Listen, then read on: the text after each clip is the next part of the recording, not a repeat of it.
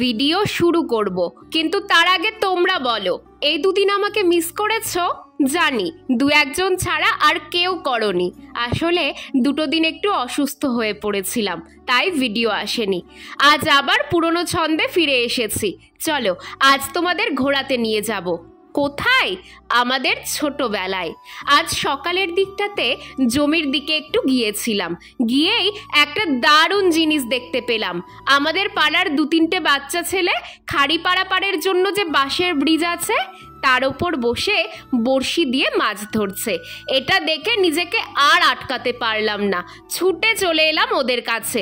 মাছ ধরার পর রাখার জন্য এই ব্যবস্থা করেছে, ক্যারি ব্যাগের মধ্যে জল ভরে তার মধ্যে মাছ রাখবে। আচ্ছা, ছোটবেলায় কে কে এভাবে বর্ষাকালে মাছ ধরেছ? আমি কিন্তু বেশ কয়েকবার ধরেছি, তবে বড় হওয়ার সাথে সাথে সব কিছুই ধীরে ধীরে হারিয়ে যাচ্ছে।